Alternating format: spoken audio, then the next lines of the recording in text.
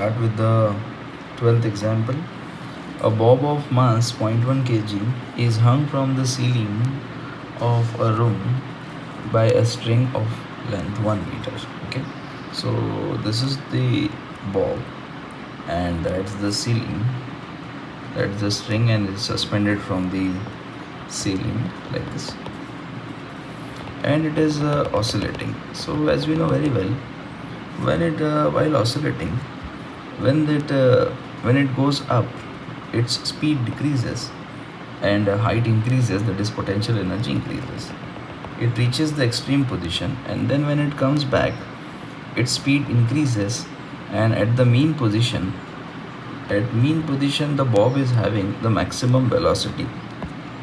Okay, and again when it goes there on this side, on the other extreme, its speed decreases, becomes zero, and again it comes down. So again at the mean position, its velocity is maximum.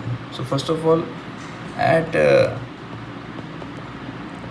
extreme position, we conclude that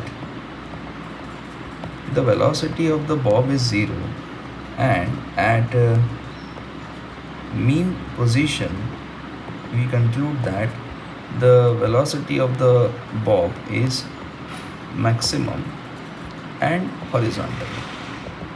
Okay, so that you can see very easily from the diagram also. At extreme positions, the velocity is zero, and at the mean position, the velocity is maximum, either in this direction when it comes down, and in this direction when it is coming from this side. Okay, and the speed is 1 meter per second. What is the trajectory of the bob when the string is cut at extreme position? So in the first case, when the bob reaches extreme position, it is in a state of rest, and when the string is cut, so tension in the string becomes zero, and the required centripetal force becomes zero, as it is not having any velocity. So due to the gravitational force, it will fall down in a straight line. Okay, so the motion will be free fall under gravity, straight line. Second, straight line.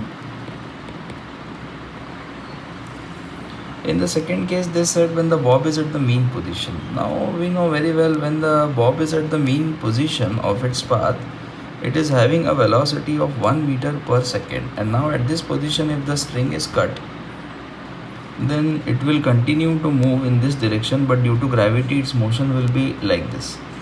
So its motion will be projectile motion, and the path will be parabolic. The path would be parabolic, and it will reach the ground in such a manner like object thrown horizontally from certain height. Okay, so that is the answer to this question. Okay, according to laws of motion, it is in a state of rest, but external unbalanced force is acting downward, so it will move down in a straight line, while here, due to this force, the velocity will maintain, and due to this force, velocity in this direction increases, and the motion becomes projectile. Thank you.